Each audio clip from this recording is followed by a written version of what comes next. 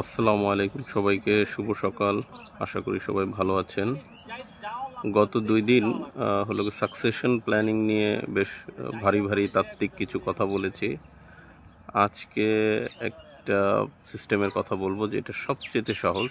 মানে succession planning মানে হলো আপনাদের কোম্পানিতে ধরুন কোনো পজিশন খুব ক্রিটিক্যাল থাকে, যে সেই লোক চলে গেলে কোম্পানি বিপদে পড়বে। তো ভালো ভালো কোম্পানির নিয়ম হলো কি, যে ওই পজিশনগুলোর অন্তপক্ষে একটা দুটো ব্যাকআপ রেডি করা।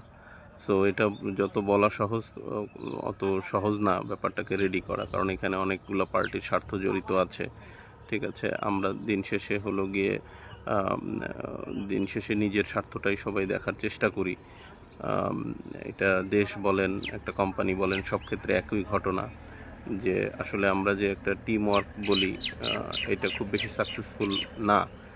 ইনফ্যাক্ট বিশ্বের কোথাও নাই যে সেটা হলো যে ডেমোক্রেসি দিয়ে অনেক সময় একটা কোম্পানি কিংবা একটা দেশ ভালো চলে না। Autocratic leadership is more successful leadership. So succession প্ল্যানিংয়ের ক্ষেত্রে অনেকগুলা পয়েন্ট নিয়ে গত 2 দিন ভারী ভারী কিছু কথা বলেছি। আজকে একটা গল্প শোনাই, তাহলে বুঝতে পারবেন এটার একটা সহজ উপায় আছে, এবং আমাদের দেশের ম্যাক্সিমাম ওনাররা সেই টেকনিকটাই ফলো করে আর কি। হ্যাঁ, সবাই তো আর এত আগে মোটিভেশন এত কিছু ছিল না, তারা জীবন থেকে নিয়ে নিয়ে এগুলো শিখে শিখে ইমপ্লিমেন্ট করেছে আর কি। তো আমরা আমাদের খুলনাতে একজন সন্ত্রাসী ছিল, তার নাম ছিল এরশাদ শিকদার। তো তাকে সবাই ভয় টয় পাইতো। তো সে একাই রাজত্ব করতো, চাঁদা টাদা যা নেওয়ার সে একাই নিত। তো পরবর্তীতে দেশ ভালো হইলো, সন্ত্রাসমুক্ত করতে হবে, তো এই জন্য তাকে মোটামুটি ফাঁসি দেওয়া হলো একটা সময়। এরপরে হলো গিয়ে তারপরে ঘটনাটা আরও চমৎকার, সেটা হলো তখন আরও 10 জন তৈরি হয়ে গেছে। যেখানে আগে একজন দোকানদার দেখা গেল যে মাসে 10,000 টাকা চাঁদা দিত, এখন 10 জনকে 20,000 টাকা দিতে হয়। সো তাহলে তার মানে কি এরশাদ শিকদারি ভালো ছিল? ব্যাপারটা এইরকম।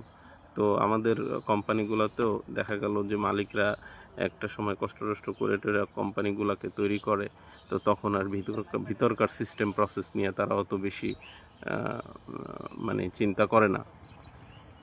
তো একটা পর্যায়ে এসে লেজে গোবরে পাকায় ফেলে, তখন কি করবে, কার সাকসেসর কী তৈরি করবে, তখন তারা একজন করে এরশাদ শিকদার তৈরি করে, যে যা হয় হোক গা, ও বুঝুক। হ্যাঁ, ওকে হলো গিয়ে সবচেয়ে বেশি এম্পাওয়ার করা হয়। বেতন কম হলেও সমস্যা নেই, ব্যাকডোরে দেখা গেল যে ঈদের সময় হলো গিয়ে আপনার একটা আলাদা একটা প্যাকেট দিয়ে দেওয়ার প্রবণতা আছে আমাদের দেশে। এক্সট্রা ফ্যাসিলিটি দেওয়া, বিদেশ টিদেশ পাঠানো, ইত্যাদি ইত্যাদি। তো ওই 10 জনকে খুশি করার থেকে আপনার একজনকেই তারা খুশি করে। তো এটা একটা উইন উইন ব্যাপার, যে কিনা ওই সিনিয়র লিডার থাকে সেও মোটামুটি সবার মায়া দরদ দেখায় ঠিকই, কিন্তু ব্যাপার হলো দিন শেষে সে তার একটা সুবিধা সে পেয়ে যায়। আবার মালিকদেরও সুবিধা হলো এত পেইন নেওয়ার কিছু নাই। হ্যাঁ, তো আমরা হলাম গিয়া ভালো থাকি। তো পরবর্তীতে এই সব কোম্পানিগুলো অনেকটা সময় দেখা যায় যে ঠিক আছে, খুব ভালো চলতেছে, কিন্তু একটা সময় ভাঙবেই। হ্যাঁ, সো তো আবার মালিকরাও আবার খারাপ না, তারাও আবার চিন্তা করে রাখে যে তাদের সেকেন্ড ব্যাকআপ প্ল্যানটা কী হবে। বিজনেস অন্যদিকে টার্ন করে ধরেন ইন্ডাস্ট্রি চেঞ্জ করে ফেললো আর কি। হ্যাঁ, সো তো আলটিমেটলি সাময়িক সময়ের জন্য একটা নিনজা টেকনিক, এটা হলো তারা ফলো করে, এরশাদ শিকদার টেকনিক আর কি, যে 10 জনের পিছনে সময় নষ্ট না করে একজনকে খুশি রাখি, সে মোটামুটি মেরে ধরে ভালোবাসা দিয়ে এমপ্লয়ীদেরকে মোটামুটি বুস্টুস দিয়ে রাখতে পারবে, এই আর কি। তো এখানে কেউ যদি পরিবর্তন করতে আসে, তো ওই সে খুব একটা পরিবর্তন করতে পারে না, কারণ হলো গিয়া এত পেইন কেউ নিতে চায় না। তো এই আর কি। তো কেউ যদি সাকসেশন প্ল্যান কিংবা এই জাতীয় জিনিসপত্র নিয়ে গাত্রদাহ থাকে, তারা এই এরশাদ শিকদারের টেকনিকটা ফলো করতে পারে।